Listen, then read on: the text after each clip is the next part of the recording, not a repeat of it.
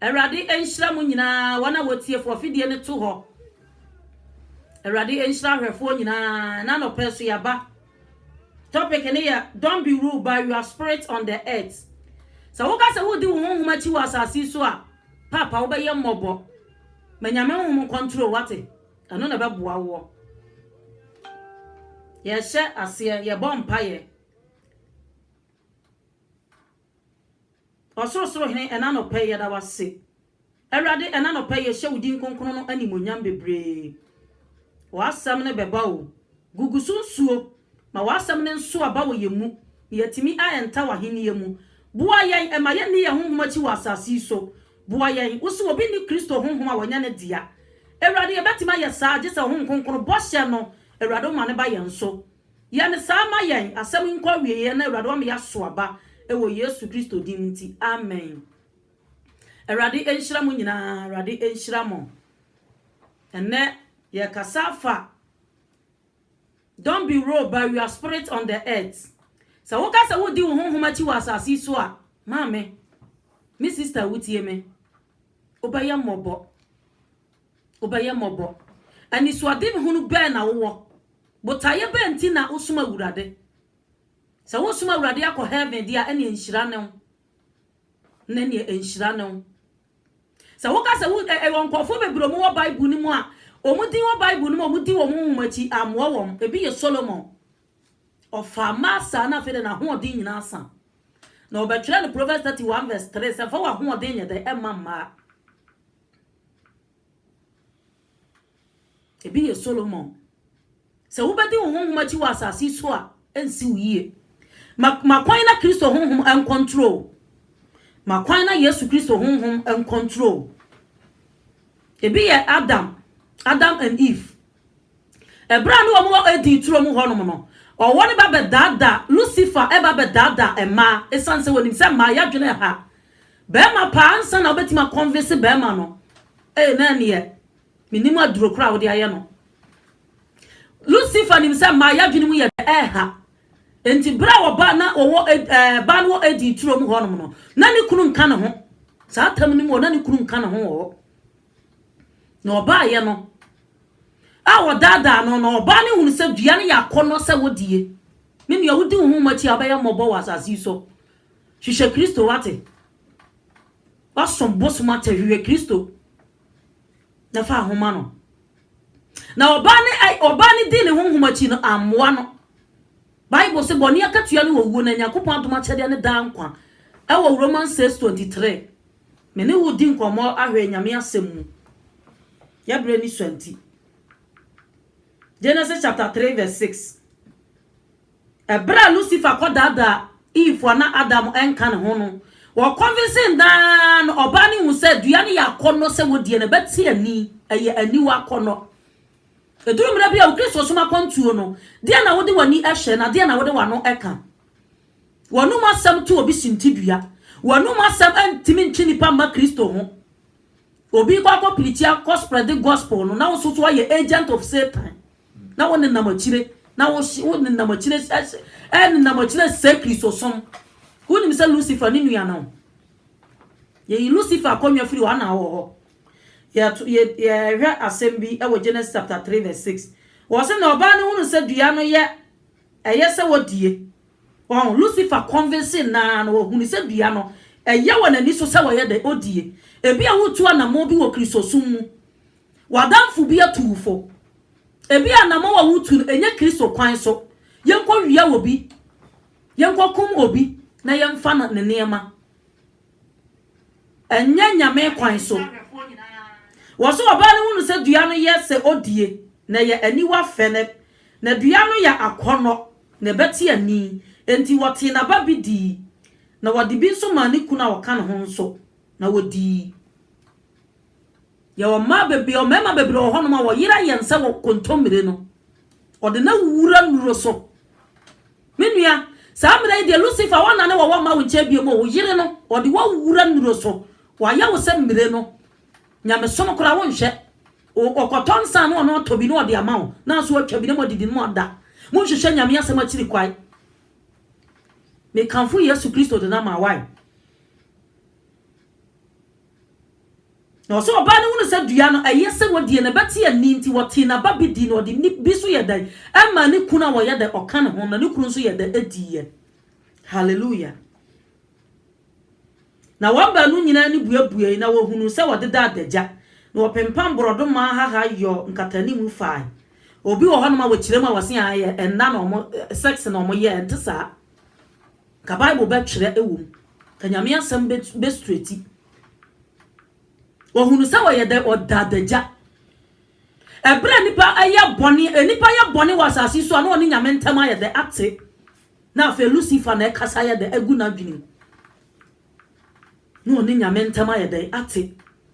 And you are Romans 3:23 na wasi efiri se ye nyina ye bone ebra Adam and Eve yasa de nipa nyina ye bone na Yakobɔ ni bonyam ye den ebo yen na 24 na wasi wo de nadom nam oje wo Kristo Yesu mu ebu ye bem kwa ndi nya wunwuma mu Yesu su ho ho Kristo nadom no nam so bebu ya ten and also no nam so be de ebebu ya ten. Osi efiri se wanyina ye bone na Yakobɔ ni bonyam ye de aboyen enti Yesu Kristo moja no se moja na nhia nwu afafiri nya de emma enti se wote bone bi mu na se wo hwehwe Kristo akira kwan na wo de wa ho ade ne wunyansa ma me papa emmoa wo hwehwe Kristo wonu koto na betima mu oja bone ye no wote na babidi no de biso mani kuna wo ka na ho ye de edi na wanyina ni buebue na wu ni se wo de da adagya na wote Awurade Nyankopɔn kan se wo nenam turo mu ho anwumre na onipa no na yire ne ko hintae efiri Awurade Nyankopɔn anim the moment ya wo be ye bone na wo ni Nyankopɔn tama ye de ate Awurade nkasa nkyere odaye kura so ho nso o so a won kai odaye basabasa uni Kristo ayaka hwehwe Kristo wate fa wo homa no se wo be de wo mu achi wa asase so a ensi wo yie be mana ba be sanse bia so be fa kwate bia de ayede ato ne ho so we Hebrews 2:3 na wo se wa mu nkwaje ati sayi a ebile bi beba wo be dwan be sofa akwa sori akwa tu ye hu improvement bia efiri wan kasa wa brabo mu ye hu nsesaye a efiri wo mu wo ahwe wa no kasa edi adanse ye se nyame nkonkro onte wo mu edi adanse ye osi boni akatua no wo Nyankopɔn dom akyede ne da nkwa minua hwehwe Kristo wate hwehwe Kristo sa wo de nsa beye waduane sa wo de wi ebeye waduane a emmoa wo hwehwe Kristo yie the moment nipa ya beye boni se wom no obo no akasa be di ne honhom ne nim de ne nyansa chi obeye boni no na afa so no o yesa Awurade na aso na hwe ye hwe James wono James chapter 1:13 Yakubu ngoma no etiba ko eyimu dumiensa wose boni mfiti ase na eso aba boni na eba emma at once yo emma at once oba ne ma wo nchen emma oba na ne na hyehyɛ wade o ma wo nchen se ne memeda o oba na obetena wo nan so ubo read the Bible wose o blamba tonfa Bible ne nto kakra na yeni nkombo ese sa ware na ye ware ne yetoto ne ma ubehu anama ye de mbeye ubehu anama ye de mbeye de mbeye wose boni mfiti ase ne eso aba edu Proverbs 5:22 na wose boni fo mu yoso ne mu na ne boni homa na ebeche no wonenam kumase ne nkran obi sifra du plemu ana wonenam uchese wonenam airport honom ana wogigi amanfo bag de betwa wonsa no obeye mobo boni akatua no owuo wose boni fo mu yoso ne mu na ne boni homa ye de eche ne wakoti atenatene nti obewu umpa Awurade asem akiri kwan wakoti atenatene umpa Awurade asem akiri kwan wose boni mfiti ase ne eso aba verse 13 no so bi sha ma no nkasa Nyankopɔn no so no hweye efisa boni bi nso Nyankopɔn hwe na wono nso biara nhwe hallelujah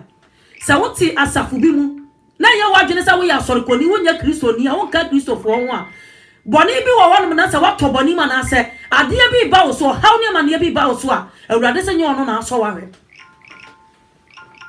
wose so bi sha ma ne nkasa Nyankopɔn no ye de oso no hweye boni bi nso Nyankopɔn hwe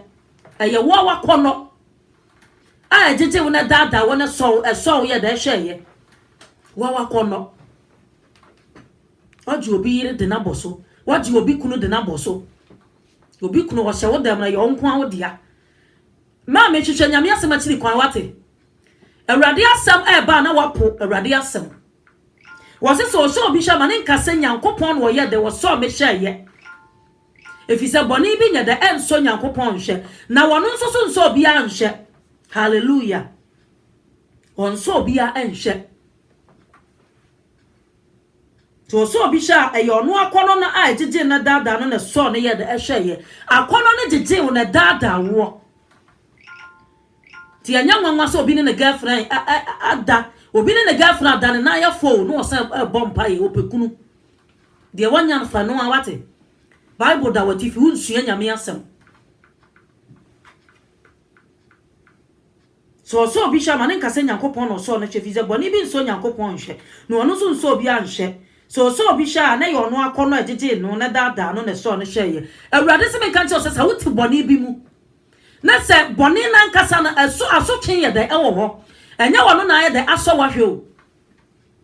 eya wo se ba bia wo tokuro bi mu nti na awurade enhu wo ho Bible se na ni chiri wiase amanyina na wo hye papa ne boni na ni echiri wiase afana nyina usumi nyame se ni pabaji watum usumi nyame ewo famous se ni obeye famous wo wiase mu hwehwe Kristo wate unti ye se nyankopon din wa manama mu unti ye se nyankopon din mire biblia bia no to gospel pa wo sunyan yo one ne yonko bema ene ye homosexual o yes o bejae no emu spirit wura no yes o bejae no bema ne se da ne yonko bema no o se da oba betwitwa ne kun no anamo be na wona mu Romans chapter 127 na was saranso na merima ja woni wo ma honam fam ayonko fa ya bia eya ne kwan so no ma won fefo merima enege na ekoso Bible says who achi wade e man na again na ye lesbian sa ma mu spirit ya da wura no timi nyai sister bia na be na o ka kire me ya bo pampers won ho pampers ni kunu wa brochiro so many years ni kunu ne ma no ne yonko ba so who achi wade e man na odi for dan ye ka se gina konkon bia ho na de worry kan na nti ase awiye bremu ne ye wo se ya wo se sika bremu ne ye wo a me ka kire se awiye bremu ne ye wo enye bra obadwunjiri sika ho o enye bra obadwunjiri sika ho Bible sinya me sompa abodwo me ya denya kase ya fa hye ya mawiase bra ye ntumi fa hye firi mu nko hwehwe Kristo wate fa wo brabo ema no abraba wo nam mu no ensam fata gidini abraba ni suban ya wo nam mu no ensam fata Kristo ni on sachiraye ya bow credit kaka obua on sachiraye wonu masam to obi sintibia Bible say de nam ne so sintibia baba no onwie me to aso no so obi hye ono akono agege na dada na so no hye na akono ne nyinsan a ewo bone na bone ne so wie nyina ewu owuo etu bone so akatua wo ye na sase so na obetwa The Galatians 6:7 was say na dan wo nyankopon won si na twetwe if he said the nipa gu no eno na obetwa on sa bonsam de trata de ahye wo ba bia obeduru honyo on sa bonsam ankasa de krono asisie pesame nkunya tade de ahye wo eya wo se wa hu Kristo no wo koka wo hia nyame asem no wa we ne baba de agu ni tirimo etinya de wo kan wo tie The Assembly of 2 Samuel chapter 13. 2 Samuel chapter 13 verse 1. Yeah, obia last spirit of last wura na wa spirit of last no e wura wa anya de obeya ho ntoda e bi na wura David ana offer Uriah re yire no e bi na wura no no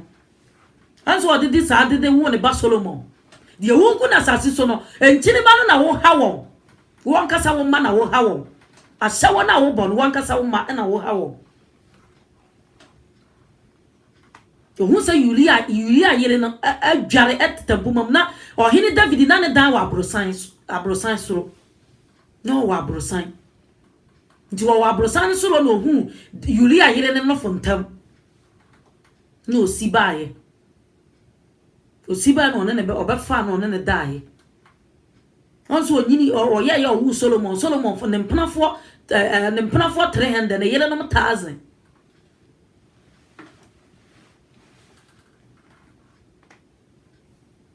yo ese wudi boni bia de wudi na so na wo betwa nti 2 Samuel chapter 13 was na ye ya kire na David ba Absalom nua ba fefe bia ne di ne Tama David ba Simeon ba na Amon nua Tama nti ne hu hia no ma no yare ye na oye oba bunu na ya Amon din so be ye ni bibi hallelujah wonu akasa ni nua onya akono ama no ne hu hia no opatu yare ye sa na ye mu bitie o wayiri o no wa sheda o wakoduru Ghana no akra na yire me kwa Ghana me kwa hwe niema ne so me kwa hwe niema ne so na afi wasesa panso no wakoduru akra na wasesa panso de good bag wasi we ya hyewofo de we ya ayifo de we ya omomu gina kwan we ya memempana na menyem no wahu adwaman akono ni nyinsan wo bone ni nua ni nti wopatu ye da ayale ye na Bible say ni nua no yobabu na onfa be ma da ene virgin upebi e ho odin ankasa na ya amodin so be ye ni bibi na amo wadamfo bi ani din di Yonadab David nua Simeon ba na Yonadab ye nitifo se na waka kire no se adenti na ohene bam wafo se da no pai oren kan kire me na amo ka kire no se me pemi nua ba me pe Absalom nua ba Tama na Yonadab ka kire no se koda wo mpaso ne patu yare na se waja be hwe wo aka kire no se me nua ba Tama mra me China me ya aduane na mini no nanim na mini no nsam na amo koda no bo pa yare na ohene ba be hwe no amo ka kire no ohene se mami nua Tama mra me ye tatra mienu manim na mini no nsam na David suma ma wo kofre Tama ewo fie David suma ma na ye de ekofre no na ofa more foto no ye tatra no na wache tatra no ni ohie no nanim na wapese wodi na ama ka se manipa nyina mfiri me hu mfiri adi wate akono na hye ne so the spirit of lust wiawa obi wo ha ne dia ne nya the spirit of lust yo o mo adwaman enso so nkofo won se ma wapare guri tirim no 10 years da so da ni tirim baby obehia brand baby brand behia na wa sai okeka wo ye confusion ni pa okeka ni patri bom minimum spirit kura ewura wo Bible so obi ni Kristo honhom onya ne dia honhom fi na ti wo no me ma deliverance wate or the sofudi ato ne ho so me ya sofo me evangelist aso honhom fi na da atini mu onim Kristo honhom nyame honkonkoro nya saa o nyame honkonkoro anya saa we ask to na bra Pentecost na to no wanyina hia mu faako Bible say empofre mu no ehun bi atesam frama mu ya den bo free soro ba ne be chefia wotimi ne ma na tachere ma papa mu ti se jabe sisi wo na tifi enti won konkoro no onyam owasu de wo ye de agoro bi na wudi se sofodie de obi abetima fa ato no so obi abetima fa church go wa de ato no so aso no onye Kristo ni 2 Proverbs 8:35 no se de ohun mini hunu nkwa onya awurade wadi so na de ofo mini odi ne kra abro se won fo awurade a odi ukra abro na otini ni niama ne yedoso awurade gini fili ni nyina no Bible se men kan kira wo se de wugu na no na obetwa wo ye otini ni on sachira ye hwehwe Kristo wate on sachira ye edu anadwo na wasam ne na kan sam gu nipa abra boso no on sachira ye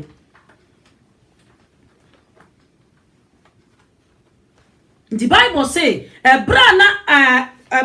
na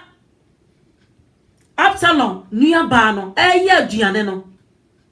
na ni nua no so anya akono de aida ama no wose ma nipa nyina anya dan emfiri mi hu mfiri adi eduru Kristo so ma bra bom a eduru wono ma ba bia nipa bia ni no a obi ani hono no eya na suban be na suba na ti mu dia na wo je e wo kukuo bonsam de obetima kasagu asumo o kasagu nipa asum yewei ya hantan ya kokroko samba bia waduru no woni samba bia waduru ntimi nsa ma back enti ya hantan no de aguraw okasa gu David asum we have First Chronicles 21 verse 1 now Bible say okasa gu David asum say won ko kan Israel fo nyina so na nya awurade na ne na kasa wo obi a awurade be gina ne nkyɛn kasa ne kasa no bonsam so aba ne nkyɛn be ane na be kasa na wo a wo so da ya won kai hwehwɛ Kristo yie wate hwehwɛ ne yie e ma wiase honhom en control etu we have John 2:15 na wo say no wiase mana na ma wo wiase so obi do wiase Yakobon do ni nimu obi don sache nyame asem obi don a girlfriend e che awurade asem Bible da na tifi nso opeso obesua eduru sanda no wafa prapra ho ho nyina futuro sanda no wafa prapra ho medo wo na masumu Yesu medo wo na masumu Yesu mede makoma nyina medo wo na wo ye me kwankyerefo obo nyom no de wate no wo to bia na dekeke wo bedo Yesu onno no wo se so bi dom ya wani mahyade so samre na wo wi Guinness samre na wo wi bia minister samre na wo wi nsa akase yi ayi ba na onsa ba otumi num de tokro no apepa na no enti nsama bra na kan atadidi anyina no anya wano o wa fa lawyer ankasa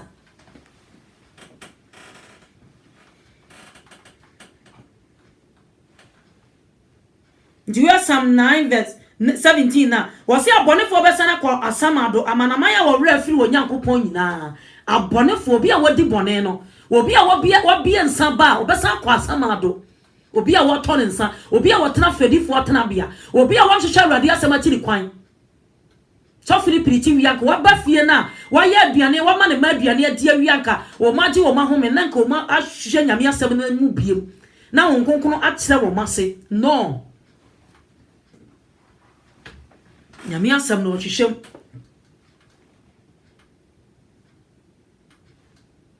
tia toaso ose manipa nyina mfiri me hu mfiri adi na nipa ne nyina firi ne hu mfiri adi dan na me nimu nipa kora wo ho se komodu obi mfiri hu mfiri adi se bone wura obi mu a ho o kasa kire ne koro nteda se akono bi se obi so a ho ye gasa akono ya na bia fa na dwaman ko ante sa o ye obi o ne ye ne sika mu akono wo adwuma bi mu panyini wo amokoro no ho nto ne da ono betima di no kora fenchem anya ye wono wode niema bi bayi ne ho ano ode niema bi bayi ne ho ano ena no pai mawrade asam nkasa nkere wate eno wiase why obi do fridge obi do car obi do television bonedem obi do ne phone change ame asam ya hwe Kristo yie ne nipa ne nyina firi ne ho yedan afiri adi na amo ka kire tama se fa aduane ne bra piam na mini no wonsam na tama fa tatira wo yo ende koma ni nua amo piam na odere ma no se onie no osoni mu na oka kire no se bramen bedamen chan mi nua na oka kire no se dabi mi nua mramase na onyo sa Israel mu ni adwodwanchi esemu eni jimi esemu obi a wo fa ni nua bi nsida eni adwodwanchi esemu no na obeye se Israel mu dwodwanchi eni bi na afe ene wo hene nkokasa na oremfa men kameo na wampese wotie no enam se ne ho ya din esene ni nti obra no ne obra na se ne ye ene ne ye de edai na Bible se ye hwe ne eto aso ena amode etane kase etane ne pi ma etane otane no ne sene do a wode do no o Lucifer o ye wia no mo oni aba no ho so o ye wo se die na maye o ma etane a wode tan ni nua no edo esene edo ankasa akono ankasa wonya ya de ma no na wanu ne ho edu wa ankasa wo kaka bu kompen ko hwe wachi ko fo ne wada okura no na wa ye style enkofo ane wada nipa bia ense se wo ankasa na Bible say adishidie mu omo wade wo Galatians 5 verse 1 o ye odishie enti no wo ba ye odishie obu nkonwe ko hwe wachi a wo enkofo bia ne wada na okura no wa ye basa no say o ema etan kase betan no esne do de no piapia no wo ni si abonten sa na bonsam tie ti bone aye wiase mu ma bone afa nipa domu bone di nipa ya akoa ewiase control bi mo abrabo manya awurade asem control ma me awurade asem control wate me awurade asem en control bra me bra wutie me e ma ensam control wa brabo ma Kristo na asem no en control se wo fa na asem na wo nante na asem mu a enhira no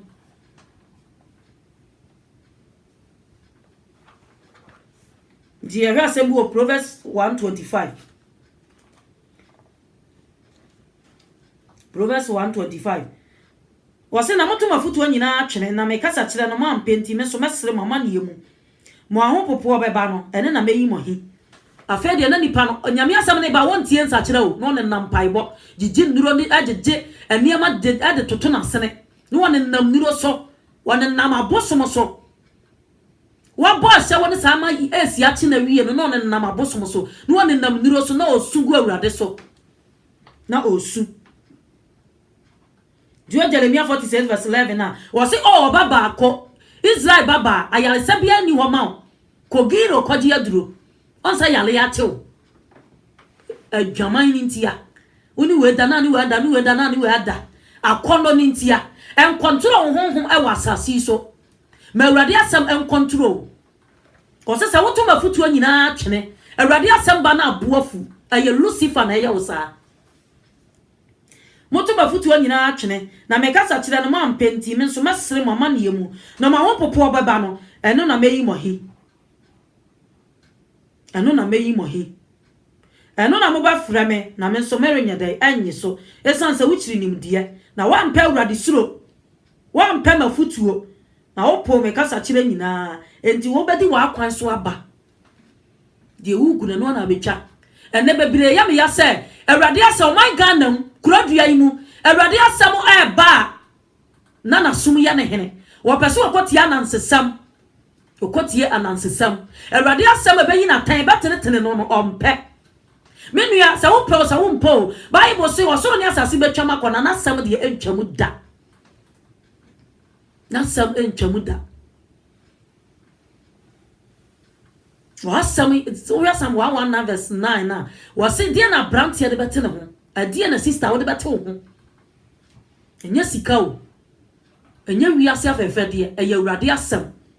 ena no pay me awurade nkasa nkire wate wo Kristo soma bra boyi wo Kristo soma kontu ehe na wakoduru ehe na wamane akoduru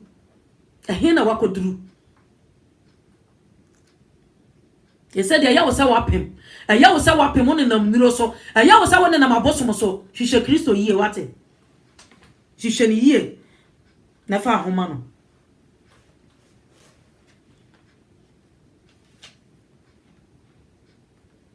waso moto mafutu anyina atwene me kasa kire no ma mpenti me so mesere mama ne yem mo ahopopo beba no ene na meyi mohi eno na meyi mohi yensan ko Psalm 1 verse 1 obi ensan ba ye hwe de awurade asem kasa kire no obi a wotena fedifo wotena bia ya kasa fedifo wotena bia na ya no munim se wi base nko a o ba bia no mo dwoto ka ho bi ba bia to ne nsan ka ho bi baby a ton san e kan ho bi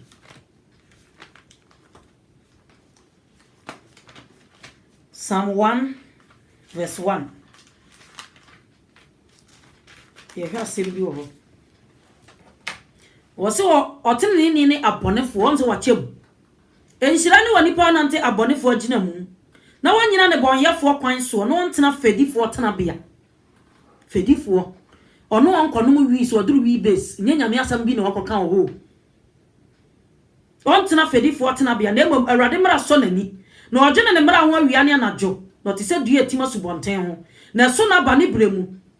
na aha mpo na de oya nyina ba wie yie enhira ne wani pa wanante abonefo agina mu eda no anom nsa o na emom na yie ba na ba hu so wo chagini so wona ayi ase osofo ne nom nsa o onu afisa awurade fere na nkasa wanom nsa biem ebesi nne ensoso onya yi a Guinness na wo chewa ase ye ano kire sa wo ye fedini unima awurade ewiase awiawo enhira ne wani pa wanante abonefo agina mu no nyina ne bonyefo kwan so na wantena fedifo tena bia na awurade mra so nani na ogene ne mra ho awia ne anadwo na otise dua etima subonten ho na so na ba ne bremu na aha empo na de oya nyina ba wie yie abonefo de wonte sa wote se ntete ti se wa bia ba wote se ntete uni ma wurade ntia ewia sika pe bone na ewia eti bible si de opa sika nya da emme no na bone nyina hini ni sika pe 1 Timothy 6:10 bi ni ma di akire ayira kwan no bone nyina ye sika pe nti bebre ayira obi e pesika bible se mena ne be kwa wie ye nipa be di akone aba mi koye 2 hours wo hia we mi so mi ko twa mi ki job o mi so me kwa ha mi so me kwa kumasi o ubo no ye kromfo o ya roba wate se boga bia ba ho no okwa wia no wate se obi asine dan ho okwa twetwe ne wires abonefo mu yoso ni mu ada ibe ye do beto condemn prison ibe ye mmobo obaye mmobo to bia nsa ba gunu wate afa na woje store dan akase bia nsa ho se Lucifer ni nua na wate sachira obonefo ne de na konwa besi ufie ompesa ubenya nkwaje ama okra ompesa ubenya nkwaje nti Yesu Kristo ehia sikani no wo se edema sikani se obekosoro aheniem na oka kire se mefiri me mofra seketekete ne madi mransam ne so me ntum ba akokora eda so kawade ba akon ye nkofo ho nsankeka usua nyame asem agutirim eda so kawade ba akon amim wo mu eda so kawade ba akon oya kromfo eda so kawade ba akon utwitwa nipa nantini eda so kawade ba akon ayaka wo mu ho ya wo mu eda so kawade ba akon umpa nipa menua eda so kawade ba akon mame me papa wutie mi eda so kawade ba akon hwehwe Kristo wate jasa de ba akon ni mu amanso a wo twene mmoa asase ho amanso no jai na emmoa bia nya wan kasa wasase no wakoto papa wu waja pade abusia manso na wo twen jai na emboa na fa wani si nkwaje a Awurade Yesu Kristo de amanso nti abonefo ro nyina atemwo mu na ne bonyafo ro ntena tenenefo asafo mu wate ti obi di bone ya tu ne san obi di bone wa asafo mu ya kana nim ya kwane nche ko yina tan ka tira osa niema we ya hu kwan we so asafo na emra ntresa wan nyina tan na wodi musa no wu a Awurade be bisa ne moja afiri wo abonefo de wonte sa wote senta taf na mabobugo enti ne bonyafo ro ntena tenenefo asafo mu efise Awurade nim tenenefo kwan na abonefo kwan de ebeyira abonefo kwan ebeyira eya wo se wabombone wasum eya wo se asore kura sum ko bida ututu nuro hwehwe Kristo wate bosom ni nkwa no ma obi bosom ukurom bosom kankan na de wato so ukurom bosom na de wato so no fi na de wato so jai na emboa enua boro na obon jai na emboa ebradu se wura bowura nyame fie na wo de ani bonyam ekoma no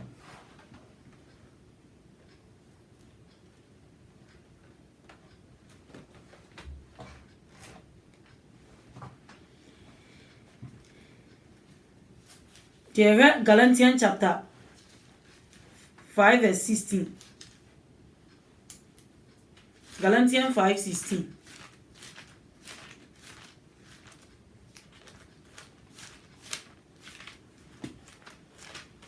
Menua ya hwehwe Kristo yie na re nche na waba Bible so okura na katua do bro bia se de ne nyuma si ya da esitie okura na katua adi bro bia Bible se bra ne be kwa wie ya kyerɛkyerɛfo atorofo bebre beba wode nkyerɛkyerɛ ahodo pii beba betwe afiri gidie no ho wode nkyerɛkyerɛ bebre ebeba be hyehyehyehyem Galatians chapter 5 verse 16 wose honhom ne ni onipa ni su sa honhom mu sa nkonkron ti hu a honhom mu na ebe hunu sa wo ya nyame ba honhom mu ana me ya hunu sɛ wasakyera honhom mu na Awurade hunu sɛ wo ya ne ba anya honam entu ya Romans chapter 8 verse 5 na wase wana honam from dwene honam mu de emam honam en control ebradu se ma Awurade asem e control wo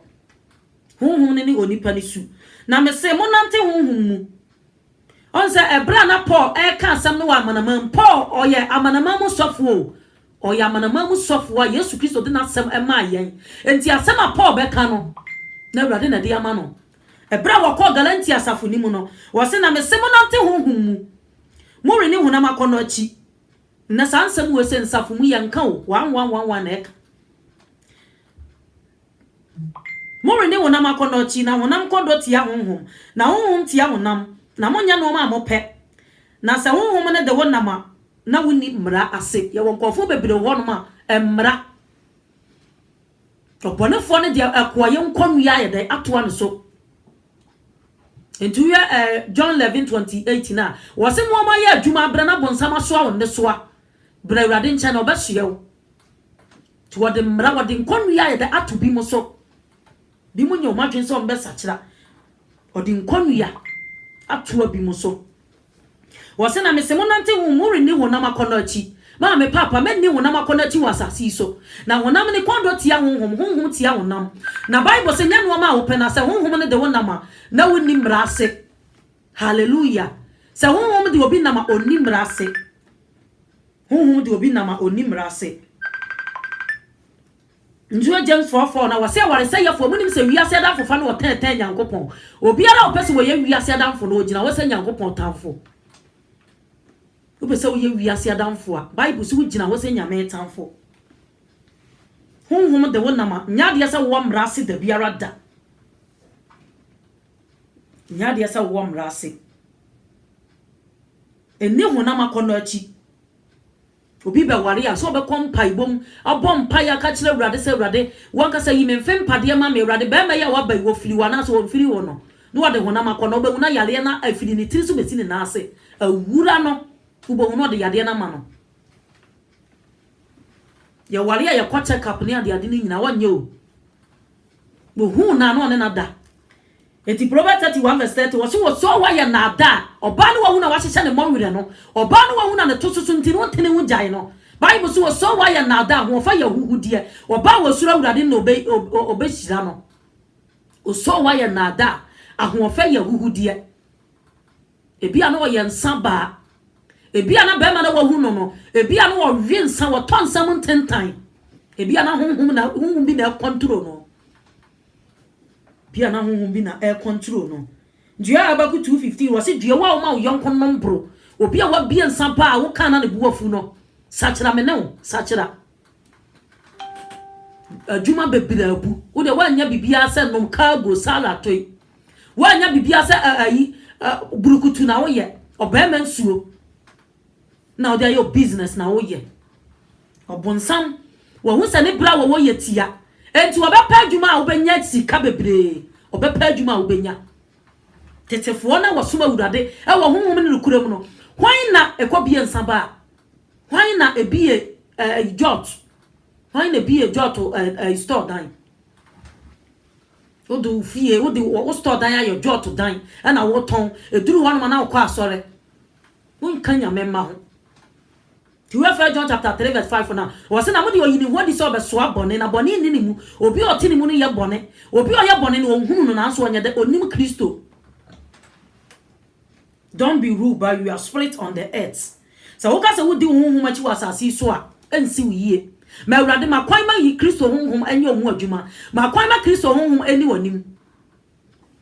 Na no na be si wiye. Genesis chapter 6:5 na. Was Awurade hunu se nipa bone do so pi wa asase so. Na wakoma ma adwene nyina ye bone na Awurade nu ne hu so ye nipa. Odi atena ho na tena wo se aduminti moja na behia guo abehia guo ama akasa obesore afiri bosom so okwa asore sa akohwe akom ye nima Awurade na ye yesa o hwehwe Kristo wate o se bra Awurade hunu se nipa bone do so asase pi no Awurade nu ankasa nu ne ho so ye nipa Awurade nankasa eye dan enu ne ho so ye nipa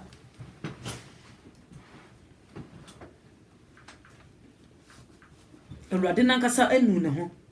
to Job 34:10 na wo se ntimo amu wotremu ntie empare wo Nyankopon so obedi nsemone na tumfo obedi amumuyosem onipa no ye so ka na we de otua se de obi akwantie saa na o ma ne ye de eto no enti ne yewugu na no na obetwa e wo asase so enkasa Awurade na aso wa hwe da na momu wankasa honhom di aba wo mu no wo ba wo sa de bi ba wo mu na se enye papa di ka bo wo mpaye ka kire Awurade santi Lucifer na kasa kire me ana se wo Awurade na wo kasa kire me se de o kasa gu David asumu no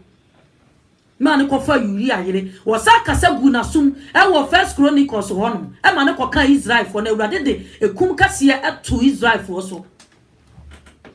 no ni misa ye Awurade ne enti to da bia utu anamo bi to da bia o Kristo suma bra boy Kristo suma kontu yi utu anamo bi anamo na utu no enye Kristo kwan so hunu say ya papa no a wo ye Lucifer no ba wo ho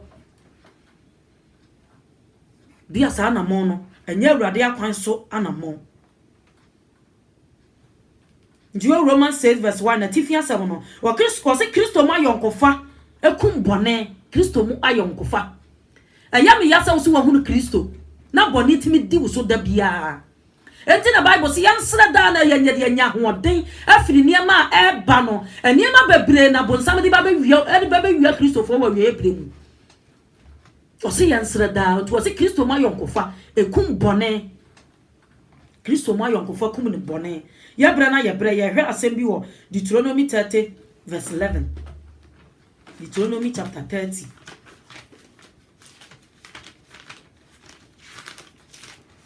Kristo ma yonkofa ekum bone minu ya bradu se hwehwe tente atempo no eno ne ebenya home de ama yenkra watu kwa wuro fi nyame wuro fi aina kroye ya bamu de Bible sin sanya dwuma nidi odi nyame oto nyame asem ato atwene mpaase kofa wate na prapra ho na sua nyame asem eno na begado na ye wa kwan so han eno na ye wa kwan so han Deuteronomy 30 verse 11 wase mransam na meresha wo nei wase na mransam a meresha wo nei nya den mawo nanso eni achichirichiri eni osoro na waka se hwan na obekọ soro ama yakọ akofa hwan na bekọ soro ama akofa abra yen na yate na yayo na eni epo agya no eni poso na waka se hwan na betwa po akofa ewo wo nchen eda wo dem obabia no girlfriend da no ansa da watifi nyame asem ni poso eni soro na waka se me de atwede e bekọ ho na emomu no ewo wo dan mu ho no ankasa sua nyame asem fa nyame asem nante na besi wiye awe ya brem na wo no don't be ruled by your spirit on the earth eni hunhumachi me no wo bompaye ora Yesu ena no pesu ya da wase Awurade wo si asem ne ba bi kogu nkasem bi so kogu asase paso na so abapa Awurade ma wasem no emu asase paso na so abapa na enyiri wo yemu na emunya emu adwuma wasem se obi ni Kristo honhom onya ye dia onya ne dia Awurade boa ye na honhom konkunu nya yemu adwuma boa ye ne ntifa honhom konkunu enante soma wa ho ade ne ba ye nso na Awurade wasem ne nya yemu adwuma ya da wasi wo Yesu Kristo din mu ye se wani wonyam bebre boa ye ne ntimi nso mu yie e wo doba Yesu Kristo din mu nti amen Awurade enhyira mu nyina wo nkwa asori a hwehwe asori kwa wate me somo the Church of Pentecost so wo nkwa asori a ye to nsa fra Sunday ye to nsa fra wo nkwa asori a hwehwe asori kwa asori a bewu bia no hwehwe asori kwa fa homa Kristo na renta na waba ensi wiye wo Yesu Kristo din nti amen